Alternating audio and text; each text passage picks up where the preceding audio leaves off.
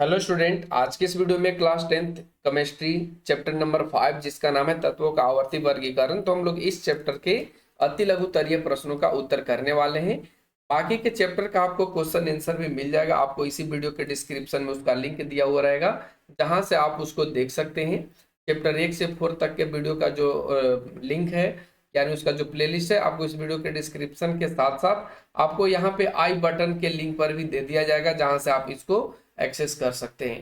तो चलिए आज के इस वीडियो को फटाफट से स्टार्ट करते हैं और इस चैप्टर में जितने भी आपके अति लघुत्तरीय प्रश्न हैं, उन सभी प्रश्नों का उत्तर करने की कोशिश करते हैं। तो देखिए, आपके स्क्रीन पर फर्स्ट क्वेश्चन दिख रहा है, जिसमें आपसे पूछा गया है कि तत्वों के जो अष्टक नियम है उसका प्रतिपादन किसने किया था। तत्वों के अष्टक नियम के बारे में आपको बताना है।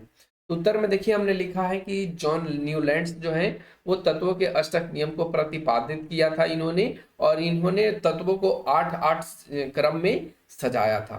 ठीक है, तो आप लोग ध्यान रखेंगे, जॉन न्यूलैंड्स तत्वों के अष्टक नियम का प्रतिपादन किए थे। अगला क्वेश्चन आता है कि आवर्त सारणी के जो उद्दग्र स्तंभ है वो क्या कहलाते हैं। तो आवर्त सारणी के जो उद्दग्र स्तंभ है, ऐसे ऐसे आपका जो होता है ना, तो ये जो होता है उद्दग्र मतलब सीधा खड़ा, तो इसको हम लोग बोलते हैं क्या, वर्ग। इसको क्या बोलते हैं, वर्ग। और वर्गों की जो संख्या ऐसे ऐसे करके होती है वो कुल टोटल होती है 18। ध्यान रखेंगे, वर्गों की संख्या कितना होता है, 18। अगला क्वेश्चन आता है कि आवर्त सारणी की जो क्षैतिज कतारें हैं वो क्या कहलाती हैं। तो क्षैतिज कतारे को हम लोग क्या बोलते हैं, तो उसको हम लोग आवर्त बोलते हैं। और आवर्त कैसे बना होता है, ऐसे बना होता है। ठीक है, ये ऐसे मतलब यह स्क्वायर के रूप में बना होता है और इसे ही आवर्त कहा गया है। और अगर आवर्तों की संख्या बात करें तो इसके आवर्तों की संख्या कितनी होती है, तो 7 होती है। एक कब 7 होती है, जब पहला आपका वर्ग है और उसमें अगर हम कुल टोटल आवर्त की बात करें तो उसमें 7 होगी। ठीक है, तो ऐसे आपको यहाँ पे ध्यान रखना है। अगला क्वेश्चन, क्वेश्चन नंबर 4, जिसमें आपसे पूछा है कि उस एक तत्व का नाम लिखें जिसके आविष्कृत होने से पहले ही मेंडलीफ ने उसके गुणों का पूर्वानुमान लगाया था। इस प्रश्न का कहने का मतलब है कि बाद में एक ऐसा तत्व की खोज की गई जो सबसे पहले मेंडलीफ ने बताया था कि आने वाला जो तत्व है वो कुछ इस गुणधर्म का होगा। और बाद में जो तत्व खोजा गया वो भी मेंडलीफ के कहे गए गुणधर्म के अनुसार ही तत्वों की खोज करी गई थी। ठीक है, तो इसके बारे में आपको बताना है कि वो कौन सा तत्व है। तो देखिए, उत्तर में हमने लिखा है कि प्रारंभ में उसका जो नाम था वो एका बोरॉन था। क्या नाम था, एका बोरॉन। जब मेंडलीफ ने इसके बारे में बताया था तो उस समय इसका नाम क्या था, एका बोरॉन था। लेकिन जैसे ही बाद में खोज की गई तो इसका नाम दिया गया एस्केडियम, जिसको एसए से सूचित करते हैं। मेंडलीफ ने सिर्फ एक ही तत्व के बारे में पूर्वानुमान नहीं लगाया था, 3 तत्वों के बारे में। तो दूसरा जो आपका तत्व है उसका नाम है एका एल्यूमिनियम। एका एल्यूमिनियम, एका एल्यूमिनियम के बारे में भी इसने बताया था। और एका एल्यूमिनियम के बारे में जब इसने बताया तो इसका जो इन्होंने नाम दिया वो गैलियम नाम दिया। क्या नाम दिया, गैलियम इसका नाम दिया। और गैलियम को किस चीज से सूचित किया जाता है, जीए। किस चीज से, जीए। ये जो खोज करा गया था वो मेंडलीफ ने बताया था। और मेंडलीफ के बाद जो नए तरीके से इसका जो सिलसिला से खोज की गई उसका नाम था गैलियम। और थर्ड में जो आप देखेंगे उसका नाम है एका सिलिकॉन। क्या नाम है, एका सिलिकॉन। तो अब यहां से एका जो सिलिकॉन है इसका बाद में क्या नाम दिया गया, तो बाद में इसको जो नाम दिया गया उससे जर्मेनियम नाम दिया गया। क्या नाम दिया गया, जर्मेनियम। और जर्मेनियम को जो सूचित किया जाता है बच्चों, वो किससे से सूचित किया जाता है, जीई से। ठीक है, तो ये 3 तत्व थे जिसका पूर्वानुमान मेंडलीफ ने लगाया था, और बाद में जब खोजे गए तो तीनों का जो गुणधर्म था वो सेम ही निकला। अगला क्वेश्चन आता है कि आवर्त सारणी के, देख पा रहे होंगे आप सभी कि आवर्त सारणी के दीर्घ रूप में कुल कितने वर्ग और आवर्त होते हैं। तो आप सभी को पता होगा कि जो आधुनिक आवर्त सारणी है उसी को दीर्घ रूप कहा जाता है। उसी को क्या बोला जाता है, दीर्घ रूप बोला जाता है।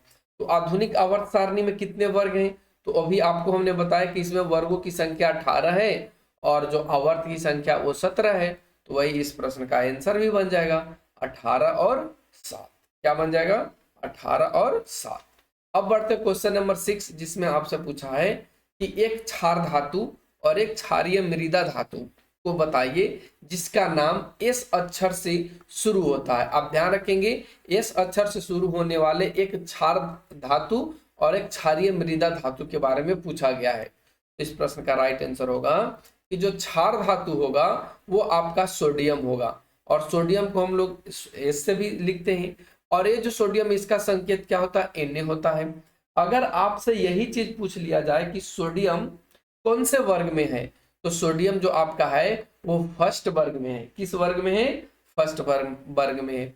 अगर वही हम बात करें क्षारीय मृदा धातु की, तो क्षारीय मृदा धातु में अस्ट्रांसियम हो जाएगा, जिसको एस से सूचित किया जाता है, और इसको एसआर लिखा जाता है संकेत में, ठीक है। और अगर आपसे पूछ लिया जाए कि ये कौन से वर्ग में है, तो आप ध्यान रखेंगे ये दूसरा वर्ग में है, सेकेंड वर्ग में है। पहला वर्ग में आपका सोडियम था। अगला क्वेश्चन आता है 7 नंबर, जिसमें आपसे पूछा है कि वर्ग 14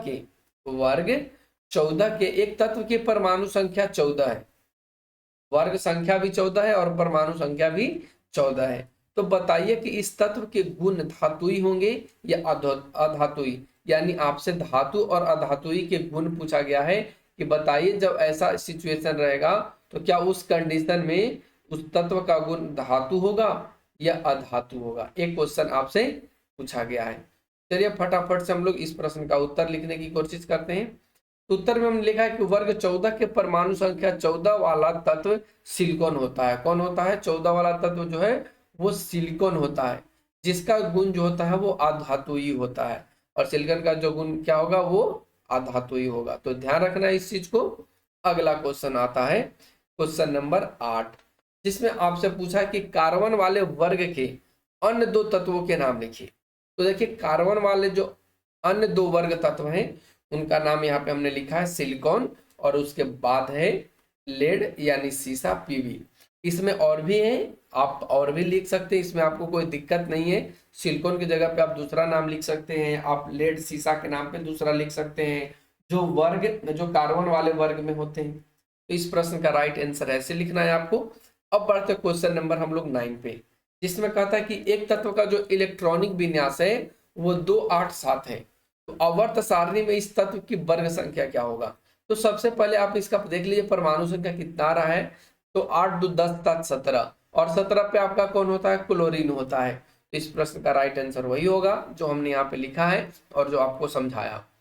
तो इलेक्ट्रॉनिक विन्यास 2 8 7 अर्थात क्लोरीन Cl जो वर्ग संख्या 17 में होता है। तो ध्यान रखेंगे वर्ग 17 में जो अगला होगा वो कौन सा होगा, वर्ग 17 में वो क्लोरीन होगा।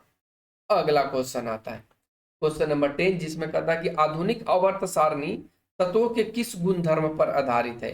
तो वैसे तो जो तत्वों का रासायनिक गुण होता है बच्चों वो भौतिक और रासायनिक गुणों पर निर्भर करता है, लेकिन जबकि इसमें आधुनिक जब आवर्त सारणी बनाया गया तो उसमें इस चीज को नहीं कहा गया, उसमें कहा गया कि उसका जो परमाणु संख्या उसके अनुसार करा जा रहा है।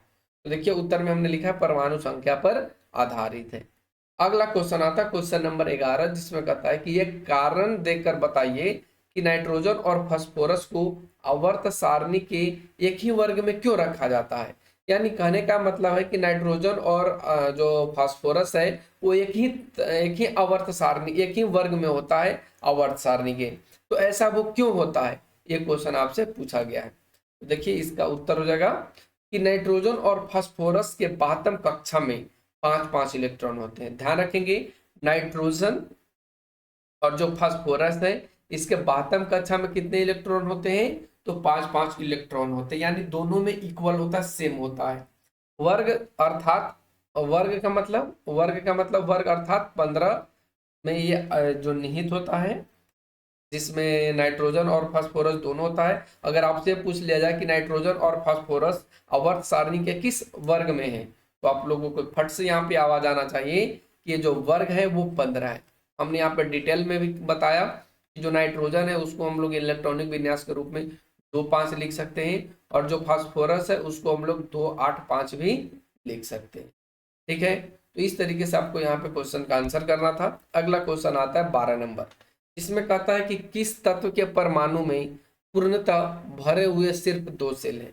तो बताना है कि वो कौन सा परमाणु है जिसके वो कौन सा तत्व के परमाणु है जिसमें भरे हुए सिर्फ 2 ही सेल होते हैं, 2 सेल से ज्यादा नहीं होता है। और सेल के मतलब आप लोगों को पता होगा, K shell, M shell, N shell, ठीक है, ओ सेल, पी सेल। तो आप लोग इन सेलों के बारे में यहाँ से क्वेश्चन पूछा गया है। इस प्रश्न का राइट आंसर हो जाएगा नियोन में। नियोन एक ऐसा तत्व के परमाणु है जिसमें परमाणुओं की संख्या क्या होती है, वो समान रहती है, वो उसमें 2 ही रहता है, उससे ज्यादा वो नहीं रहता है। तो इन चीजों को आप ध्यान रखेंगे। आज के वीडियो में बस इतना ही, क्योंकि आपके चैप्टर में इतना ही क्वेश्चन दिया गया है। तो आगे आने वाले वीडियो के लिए आप लोग चैनल को सब्सक्राइब कर लीजिएगा। Thanks for watching, take care, bye bye.